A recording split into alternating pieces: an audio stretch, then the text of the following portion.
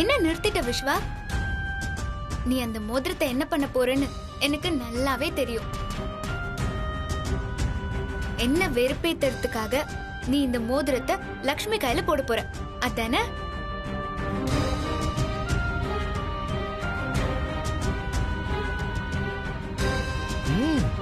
கரெக்டா கெஸ் பண்ணிட்டியே. நீ இருக்க வேண்டிய இடத்துல லக்ஷ்மி தான் இருக்கணும். உன்னை வெறுப்பேத்துறதுக்காக சொல்லல. இந்த வீட்டுக்கு மருமகளா லக்ஷ்மி தான் வரணும்னு எங்க அம்மா ரொம்ப ஆசைப்பட்டாங்க. அவங்க ஆசையை நிறைவேற்றதான் இந்த ரிங்க நான் லக்ஷ்மி கிட்ட கொடுக்க போறேன்.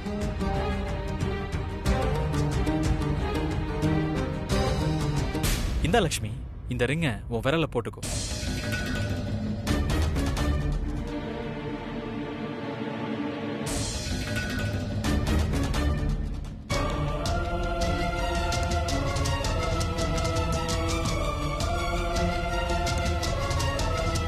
என்ன லக்ஷ்மி யோசிக்கிற? இந்தா வாங்கி கையில போட்டுக்கோ. அதெல்ல மாமா, என் கழுத்துல நீங்க தாலி கட்டணுங்கிறது தான் பைரவி அத்தையோட ஆசையா இருந்துச்சு. அதனால முதல்ல அவங்களோட அந்த ஆசையை நிறைவேத்துங்க. அதுக்கப்புறமா நீங்க என்ன கொடுத்தாலும் சந்தோஷமா வாங்கிக்கிறேன். லக்ஷ்மி, எங்க அம்மா குணமாகி வரட்டும், அதுக்கப்புறம் நீ நினைச்சதே நடக்கும். இப்ப நீ இது வாங்கி உன் கையில போட்டுக்கோ. நான் ரொம்ப சந்தோஷப்படுவேன்.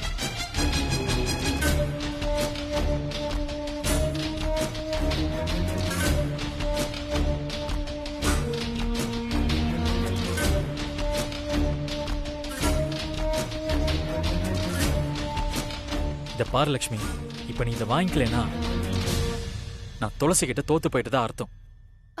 வேண்டாம் மாமா, நீங்க யார்கிட்டயும் தோக்க கூடாது. அந்த மோதிரத்தை கொடுங்க. உங்க முன்னாடியே நான் என் விரல்ல போட்டுக்கிறேன்.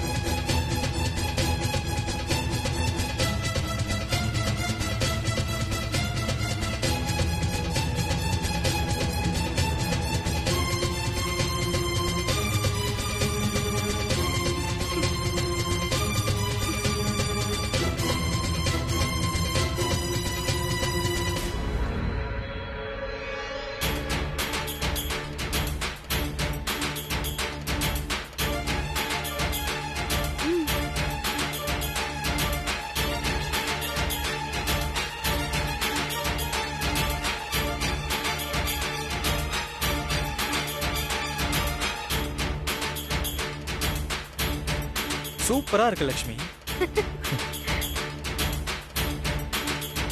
துளசி,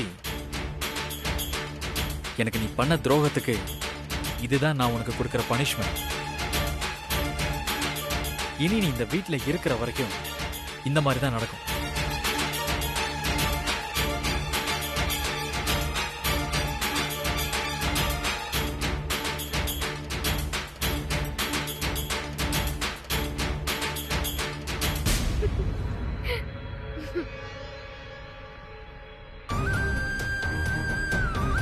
என்ன துளசி பாக்குற?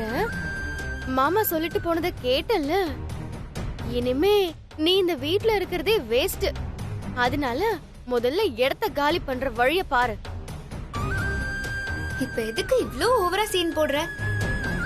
விஸ்வா மோதிரத்தை உன் கையில தானே கொடுத்தான். என்னவோ விரல புடிச்சு போட்டு விட்ட மாதிரி ஃபீல் பண்ற. இது பாரு லக்ஷ்மி, அவ சொன்ன மாதிரி பைரவி அம்மா குணமாகி வீட்டுக்கு வந்துட்டாங்கன்னா நீ நினைக்கிற மாதிரி எதுவுமே நடக்காது. அதுக்கப்புறம் நீ தான் இந்த வீட்டை விட்டு வெளியே போக வேண்டியதா இருக்கும். என்ன லக்ஷ்மி, நான் சொன்னது உனக்கு நல்லா புரிஞ்சிருக்கும்னு நினைக்கிறேன்.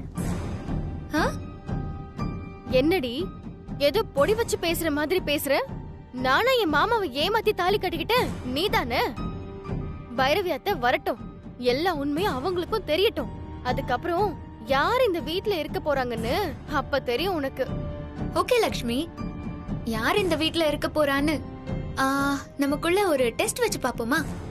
அது என்னன்னு சொல்லு. நீ என்ன டெஸ்ட் வச்சாலும் எப்படியோ அதுல நான் தான் ஜெயிக்க போறேன். சரி, இன்னும் ஒரு 2 நாளைக்குள்ள உன் கையில இருக்கிற அந்த மோதிரம் ஏன் விரலுக்கு வந்துருச்சுன்னா நான் தான் இந்த வீட்ல பெர்மனண்டா இருக்க போறேன்னு அர்த்தம். என்ன புரிஞ்சுதா? எப்படி, உனக்கு இந்த டீல் ஓகேவா? எனக்கு double okay. Wait and see.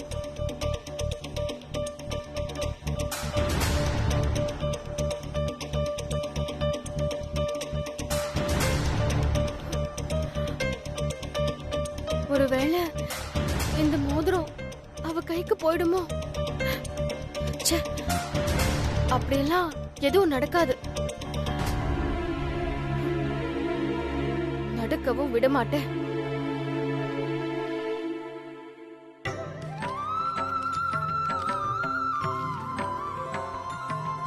வர வெள்ளிக்கிழமை நாள் நல்லா இருக்கா சாமி?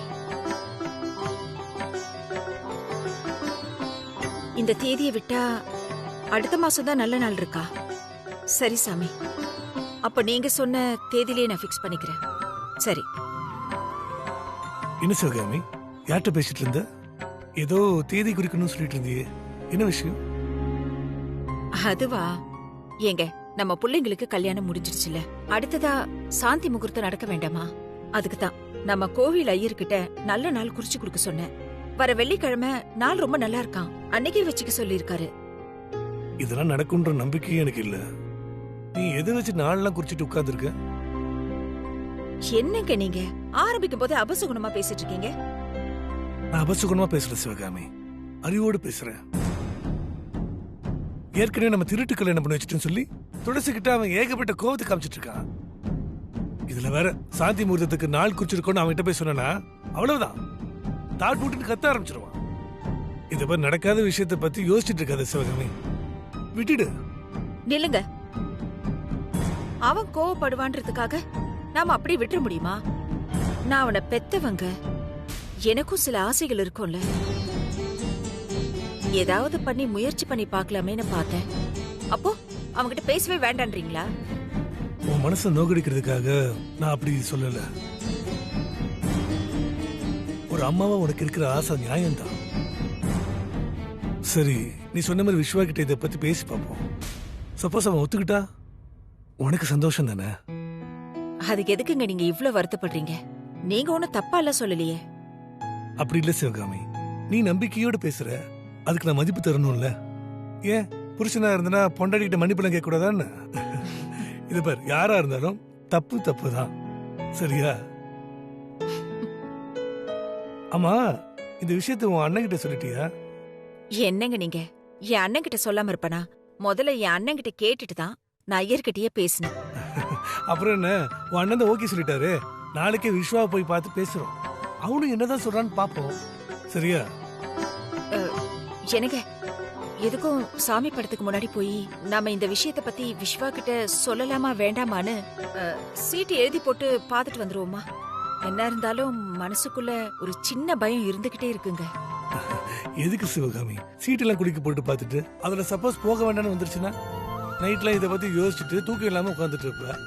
எதுக்கு, காலையில பாத்துக்கலாம், விடு. சரிங்க, நான் எதுக்கும் பூஜை ரூமுக்கு போய் நாளைக்கு நடக்க போற விஷயம் நல்லபடியா நடக்கணும்னு வேண்டிக்கிட்டு விளக்கு மட்டும் ஏத்திட்டு வந்துடுறேங்க. நீ விளக்கு ஏத்துறதுக்கு முன்னாடி வீட்டுல இருக்க ஜன்னல் கதவுலாம் நல்லா சாத்தி இருக்கான்னு பாத்துட்டு அப்புறம் விளக்கு ஏத்து. அப்படி இல்லைன்னு வச்சுக்கோயேன், அந்த நேரம் காத்தடிச்சு விளக்கு அணைஞ்சிருச்சுன்னா நீங்க பாட்டு அப்படியே சோகத்துல அபசகுணம் ஆயிடுச்சுன்னு உட்கார்ந்துருப்பீங்க. உங்களுக்கு எல்லாத்துலயுமே கிண்டல் தான். வாங்க சின்னத்த, வாங்க உட்காருங்க.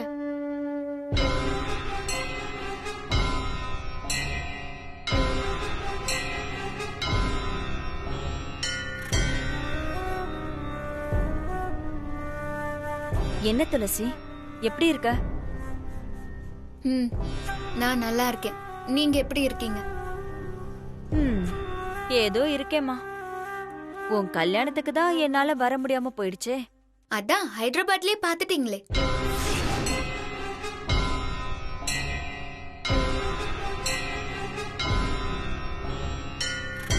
நீ இன்னும் பழசெல்லாம் ஞாபகத்துல வச்சிருக்கியா துளசி? நான் எப்பவுமே பழச மறக்க மாட்டேன். அதுவும் உங்களை மாதிரி ஆளுங்க பண்ணதையெல்லாம் நல்லா ஞாபகம் வச்சிருப்பேன்.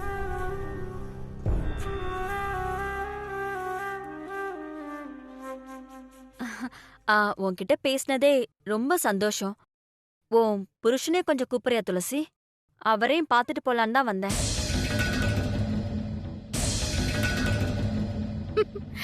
சின்னத்த, துளசி கூப்பிட்டா விஸ்வா மாமா வரமாட்டாரு. நான் கூப்பிட்டாதான் வருவாரு.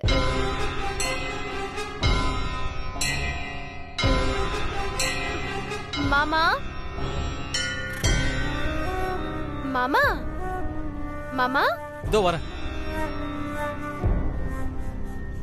வாங்க சத்யவதி. எப்ப வந்தீங்க? ஏன் நிக்கிறீங்க? உட்காருங்க. பரவாயில்ல தம்பி, நான் நிக்கிறேன். எனக்கு பழகிடுச்சு.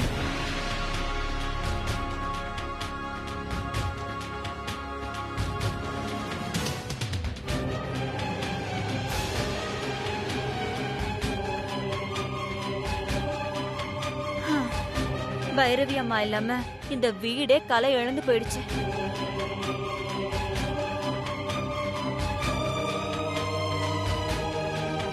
தம்பி, நான் பைரவி அம்மாவை போய் ஹாஸ்பிட்டல்ல பாத்துட்டு தான் வரேன்.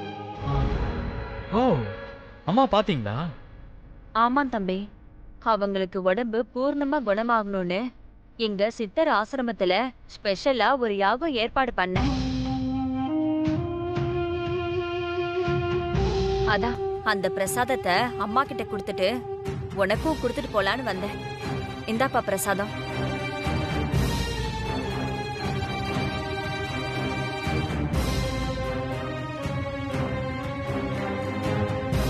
நீ எடுத்துக்கோ லக்ஷ்மி. இந்த பிரசாதத்துல பூஜை பண்ண எந்திரம் இருக்கு. இத கொண்டு போய் உள்ள இருக்கிற பூஜை ரூம்ல வை. தினமும் பிரம்ம முகூர்த்தத்துல விளக்கேத்தி வைக்கணும். சீக்கிரமே பைரவி அம்மா குணமாகி வீட்டுக்கு வந்துருவாங்க. இந்தா.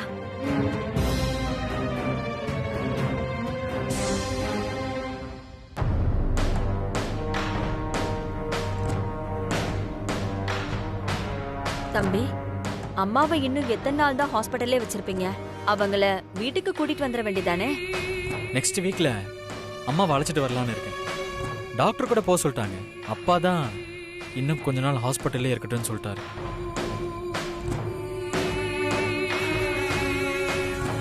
அதான் டாக்டரை வீட்டுக்கு கூட்டிட்டு போக சொல்லிட்டாங்கல்ல.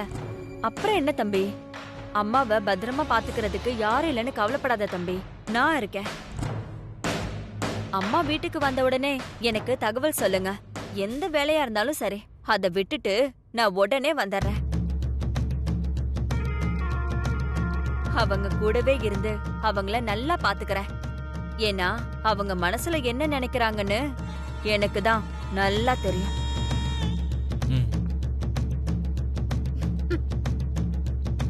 என்னது, ஏதாவது ஒரு சாக்கு வச்சு எல்லா வெள்ளிகளும் மறுபடியும் இந்த வீட்டுக்குள்ள வரத்துக்கு பிளான் பண்றாங்க.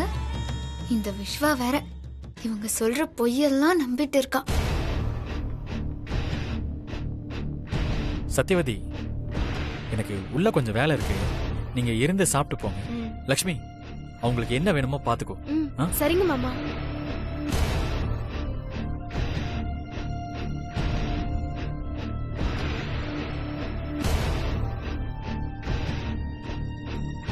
என்ன துளசி, நான் மறுபடியும் இந்த வீட்டுக்குள்ள வந்துருவேன்னு பயப்படுறியா?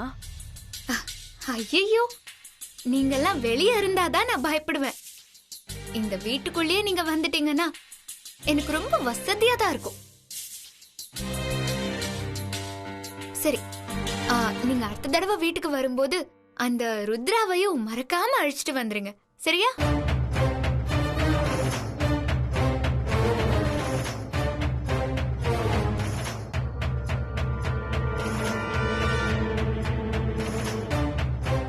எவ்வளவு திமிரா பேசிட்டு போறா பாத்தீங்களா சின்னத்த? அவ பேசல லக்ஷ்மி, அவ கழுத்துல இருக்கு பாரு விஸ்வா கட்டின தாலி. அந்த உரிமை தான் அவளை அப்படி பேச வைக்குது. பாத்துக்கலாம் விடு. சரி, நீ வா லக்ஷ்மி, உன்கிட்ட இன்னொரு முக்கியமான விஷயம் சொல்லணும். என்ன சின்னத்த? ஆ, இங்க வச்சு வேண்டாம், வா உள்ள போய் பேசலாம், வா.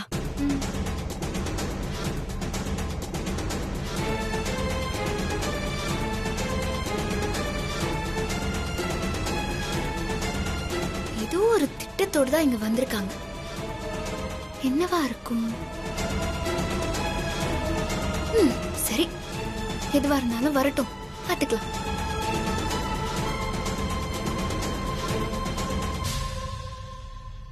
லக்ஷ்மி, முதல்ல கதவை சாத்தி லாக் பண்ண. லாக் பண்ண.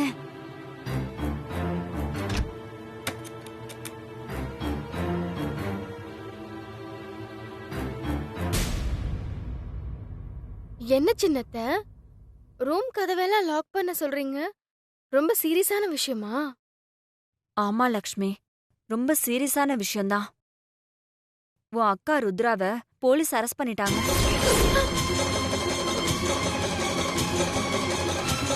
ஐயோ, என்ன சின்னத்த சொல்றீங்க? அக்காவை அரெஸ்ட் பண்ணிட்டாங்களா? ஆமா லக்ஷ்மி. ஒருவேளை அக்காவோட ஆள் ஒருத்தன் போலீஸ்ல சரண்டர் ஆனானே, அந்த மாறி அவன் ஏதாவது அக்காவை காட்டி கொடுத்திருப்பானோ? அவன் அக்காவை காட்டி கொடுக்கல லக்ஷ்மி. உன் அக்கா மேல வேற ஏதோ கேஸ் போட்டாங்கன்னு உன் அக்காவோட வக்கீல் தான் சொன்னாரு. ராஜன் மாமா சொல்லிதான் அக்காவை அரெஸ்ட் பண்ணிருப்பாங்கன்னு நினைக்கிறேன். இல்ல சின்னத்த? கண்டிப்பா இது அவரோட வேலையா தான் இருக்கும். ஏன்னா பைரவி அம்மாவை ஆக்சிடென்ட் பண்ணது ருத்ரா தான்னு ராஜன் ஐயா நம்புறாரு. அதுக்கு பழிவாங்க தான் உன் அக்காவை அரெஸ்ட் பண்ணி உள்ள வச்சிருப்பாரு. இந்த விஷயம் விஸ்வா மாமாக்கு தெரிஞ்சா அவ்வளவுதான், அடுத்த நிமிஷமே என்னை இந்த வீட்டை விட்டு அனுப்பிடுவாரு. அப்படிலாம் எதுவும் நடக்காது லக்ஷ்மி, நீ பயப்படாத. அது எப்படி சின்னத்த பயப்படாதுன்னு சொல்றீங்க? அக்கா ஜெயில இருக்கும்போது அந்த ராஜன் மாமா விஸ்வா மாமா கிட்ட பைரவியத்தை ஆக்சிடென்ட் பண்ணது ருத்ரா தானு விசாரணையில தெரிஞ்சு போச்சுன்னு சொல்வாருல்ல.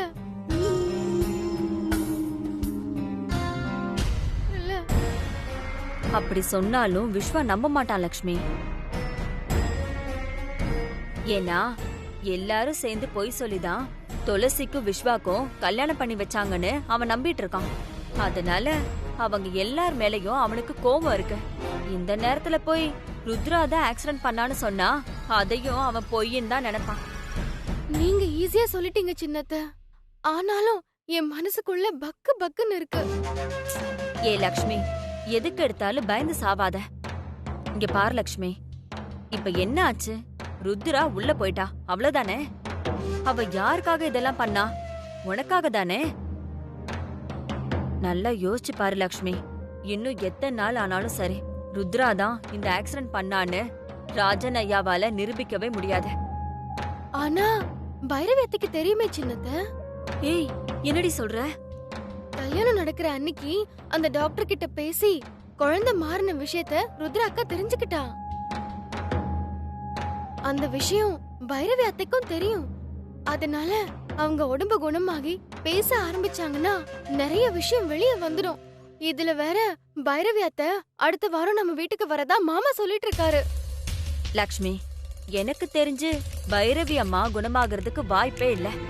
அப்படியே அவங்க குணமானாலும் அந்த குழந்தை மாறின விஷயத்த அவங்க நம்ப மாட்டாங்கன்னு தான் நான் நினைக்கிறேன். சரி விடு, இனிமே நடக்க போறது எதுவுமே நம்ம கையில இல்ல.